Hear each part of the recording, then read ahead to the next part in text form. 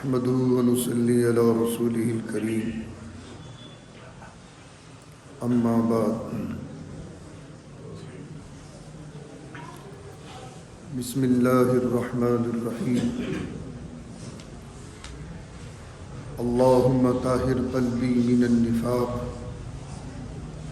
وعملي من الرياء ولساني من الكذب وعيني من الخيانة فإنك تعلم خائنة الأعين وما تخفي الصدور.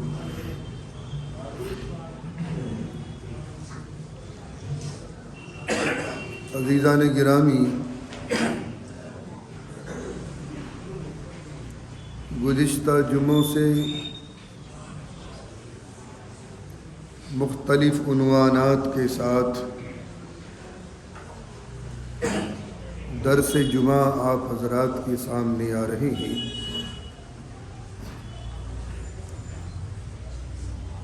آج کا میرا اہم موضوع ہے مسجد اقصی سے عالم اسلام کا رشتہ کیا ہے؟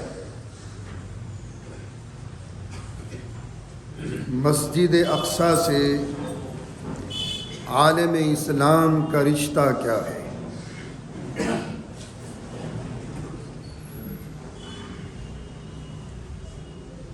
اللہ نے اس امت کو امت قبلتین کا بھی اعزاز بخشا ہے،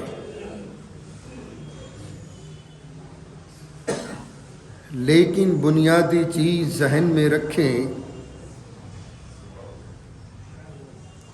کہ ان دونوں قبلوں میں قبلہ اول کون سا ہے؟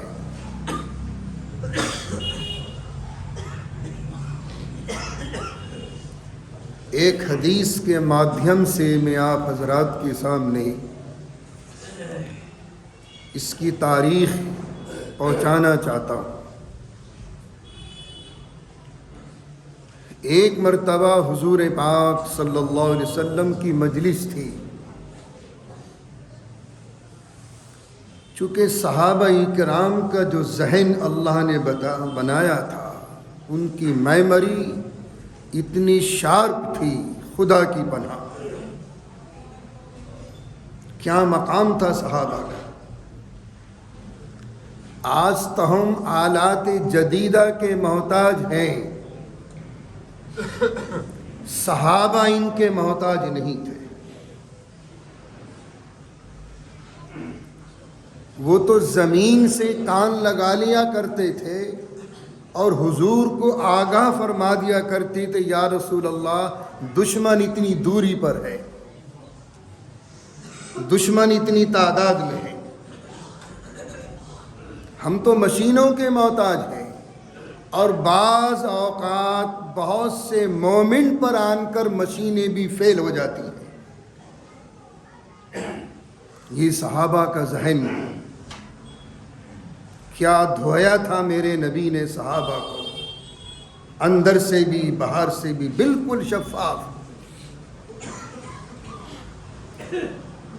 ایک مرتبہ حضور پاک صلی اللہ علیہ وسلم کی مجلس تھی، تو صحابہ نے پوچھا، یا رسول اللہ دنیا میں سب سے پہلے اللہ کا گھر کون سا ہے؟ بہت معتبر حدیث ہے، دنیا میں سب سے پہلے اللہ کا گھر کون سا ہے؟ ارشاد فرمایا، بیت اللہ شریف، خانہ کعبہ۔ پھر پوچھا، یا رسول اللہ دنیا میں سب سے پہلا گھر اللہ کا کون سا ہے؟ آقا نے ارشاد فرمایا، بیت اللہ شریف۔ پھر پوچھا، یا رسول اللہ دنیا میں سب سے پہلا گھر تو یہ ہے، اس کے بعد کون سا ہے؟ اس کے بعد کون سا ہے؟ تو فرمایا مسجد اقصی۔ یہ دوسرا گھر ہے۔ پھر آقا نے ارشاد فرمایا میرے صحابہ، ان دونوں گھروں کا جو بانی ہیں، جو فاؤنڈر ہیں، ایک جماعت ہے ملائکہ کی۔ فرشتوں نے سب سے پہلے روئے زمین پر اللہ کے اس گھر کی بنیاد رکھی جس کا نام خانہ کعبہ ہے۔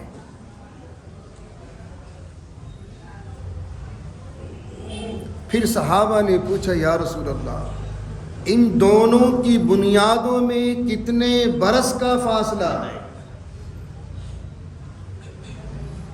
فرمایا 40 سال،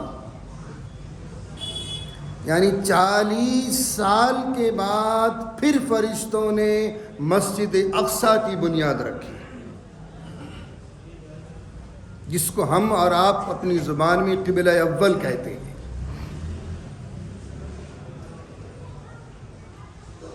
اس کے بعد تعمیر نو، خانہ کعبے کی تعمیر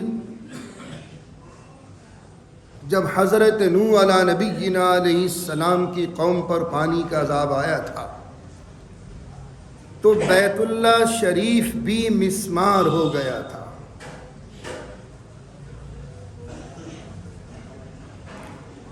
بس اس کی بنیادیں قائم تھی۔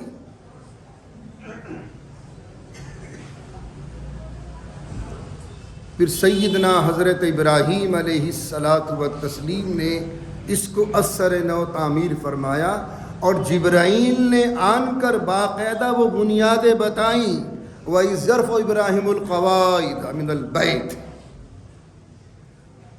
یہ قواعد وہی فاؤنڈیشن ہے جو ملائکہ نے کتنے برس پہلے اس خانہ کعبے کی بنیاد رکھی تھی۔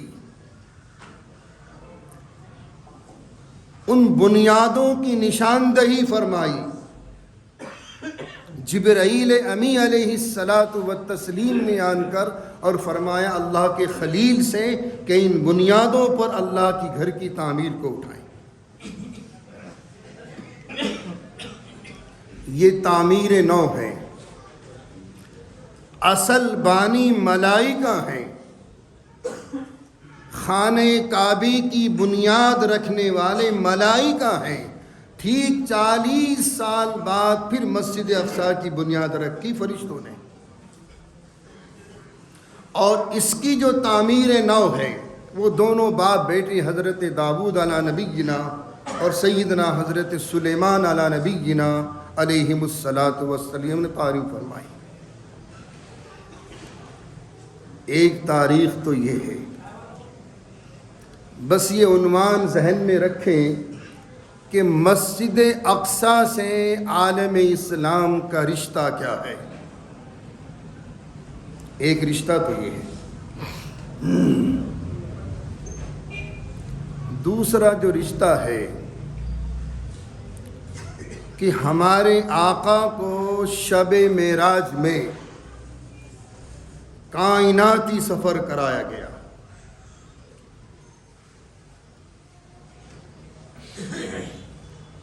آج کی عقلیں انہیں تسلیم کرنے کو راضی نہیں، چونکہ آج کی عقلوں کو لاجک چاہیے، ہر چیز کی لاجک چاہیے۔ میں ایک سوال کرتا ہوں، اگر اللہ میاں یہ تمہاری ناک کان پیچھے لگا دیتا تو اس کی کیا لاجک تھی؟ آگے کیوں لگائی؟ اللہ ہر چیز پر قادر ہے، یہ ہمارا ایمان اور یقین ہے۔ وہ اس رات کو رجب کی 27ویں شاب کو ہزار سال تک روک لے، دنیا کی کوئی طاقت نہیں کہ دن گھسیٹ کر لے آئے۔ آج بھی ہمارا ایمان اور یقین ہے کہ اللہ تعالیٰ کو کسی اسباب کی ضرورت نہیں، وہ کسی سبب کا محتاج نہیں ہے۔ یہ عالم اسباب ہے، یہاں سبب کا ترتب ہوتا ہے، اللہ میاں کسی سبب کا محتاج نہیں۔ وہ اپنے حبیب کو آن کے آن میں لے جائے، منٹوں میں لے جائے، سیکنڈوں میں لے جائے، اسے کوئی روکنے والا نہیں ہے۔ اور پھر آج کی ٹیکنالوجی سے تو آپ سمجھ سکتے ہیں کہ آج ہم مہینوں کا سفر گھنٹوں میں طے کر لیتے ہیں۔ تو اللہ میاں اس بات پر قادر نہیں العیاذ باللہ کہ ہمارے آقا کو راتوں رات لے گئے اور کائنات کا سفر کرا دیا۔ ہمارا ایمان اور یقین ہے، اور یقین و ایمان یہی مرتے دم تک رہے گا پورے عالم اسلام کا انشاءاللہ تعالی۔ کوئی شب معراج کے واقعے کو قرآن و حدیث سے مانے نہ مانے، کتنے اپنے ہیں جو کمیونسٹ مینڈڈ ہیں اور ان چیزوں کا انکار کرتے ہیں، کہتے اپنے آپ کو پڑھا لکھا۔ میں تو ایسے لوگوں کو پڑھا لکھا جاہل مانتا ہوں، بلکہ جاہل مطلق، جو قرآن کی آیتوں پر اعتراض کرے، جو حدیثوں پر اعتراض کرے۔ اور تو کون، تیری حیثیت کیا ہے؟ پدی نہ پدی کا شوروا، قرآن و حدیث پر اعتراض کرنے والا، تیری اوقات کیا ہے؟ بہرحال یہ دوسرا رشتہ ہے مسجد اقصیٰ سے عالم اسلام کا، کہ آقا نے جو سفر کیا معراج کا، پہلا اسٹاپ مسجد اقصیٰ ہے، پہلا اسٹیشن۔ اور یہیں آن کر حضور پاک علیہ الصلاۃ والتسلیم کو وہ اعزاز ملا، وہ تمغہ ملا، وہ ایوارڈ ملا کہ سارے انبیاء، سارے ملائکہ، یہاں تک کہ جنت کی ساری مخلوق آپ کے پیچھے تھی اور آپ امام تھے۔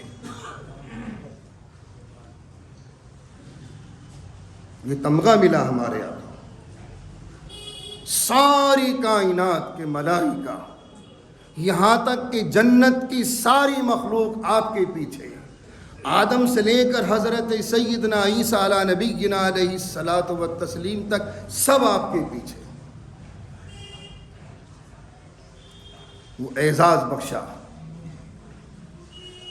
پھر اسی مسجد اقصیٰ میں، بیت المقدس میں مہمان نوازی بھی ہوئی، اور آقا نے اس مہمان نوازی کو بصر و چشم قبول فرمایا۔ یہ دوسرا اعزاز تھا۔ پھر یہیں سے اس کا نام تو اسرا ہے، بائی روڈ سفر۔ سبحان الذی اسرا بعبدہ لیلا من المسجد الحرام الی المسجد الاقصی، یہ بائی روڈ سفر ہے، یہاں سے آسمانی سفر ہے، اس کا نام معراج ہے۔ دونوں سفروں کی تفصیل قرآن و شاہد ہے، قرآن بھی شاہد ہے، احادیث مبارکہ بھی شاہد ہیں۔ اب میں سمجھتا ہوں اس مومنٹ پہ آن کر کہ جو حضرات معراج کے واقعے کو اثر نو مانتے ہی نہیں ہیں یا اس کا سرے سے انکار کرتے ہیں، وہ اپنے ایمان کی خیر مناؤ، اپنے ایمان کی خیر مناؤ۔ یہ رشتہ۔ تیسرا رشتہ کیا ہے کہ ہم مسلمان بن نہیں سکتے جب تک کہ تمام نبیوں رسولوں پر ایمان نہ لائیں۔ یہودی نہیں بن سکتا جب تک کہ ہمارے آقا کا انکار نہ کر دے۔ عیسائی نہیں بن سکتا جب تک کہ ہمارے آقا کا انکار نہ کر دے۔ ہم کامل مومن نہیں بن سکتے، ہم کامل مسلمان نہیں بن سکتے جب تک کہ تمام نبیوں رسولوں پر ایمان نہ لائیں۔ اور یہ عرض مقدس، اس عرض مقدس میں معلوم نہیں کتنے انبیاء علی نبینا علیہم الصلاۃ والتسلیم آرام فرما ہیں، آسودہ رحمت ہیں۔ چوتھا رشتہ کیا ہے؟ ہجرت کے بعد ہمارے آقا نے 17 مہینے یا 18 مہینے علی اختلاف الرائے، 17 یا 18 مہینے مدینہ طیبہ زادہ اللہ شرفا و تعظیما و تکریما میں پہنچ کے بیت المقدس کی طرف رخ کر کے نماز پڑھی، مدینہ منورہ پہنچ گئے۔ پھر تحویل قبلے کا حکم نازل ہوا۔ یہاں ایک نقطہ اور ذہن نصیب فرما لیں، شاید آپ تک نہ سنا ہوگا۔ اس صدی کے جو ماہر فلکیات ہیں،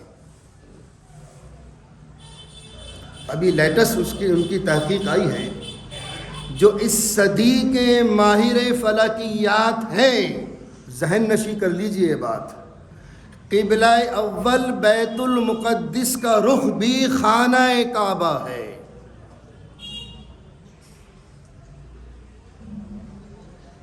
سنی تھی آج تک یہ بات؟ آج کے ماہر فلکیات کی تحقیق یہی ہے کہ بیت المقدس کا رخ بھی جو قبلے کا رخ ہے وہ خانہ کعبے کی طرف ہے۔ اب اس مومنٹ پہ آ کے کیا کہیں گے آپ؟ تو قبلہ اول تاریخی اعتبار سے یہی ہے جو خانہ کعبہ ہے۔ اس کے 40 سال بعد ملائکہ نے بیت المقدس کی بنیاد رکھی تھی۔ یہ ہے مسجد اقصی کا رشتہ کیا ہے عالم اسلام سے، اور عالم اسلام کا رشتہ کیا ہے مسجد اقصی سے۔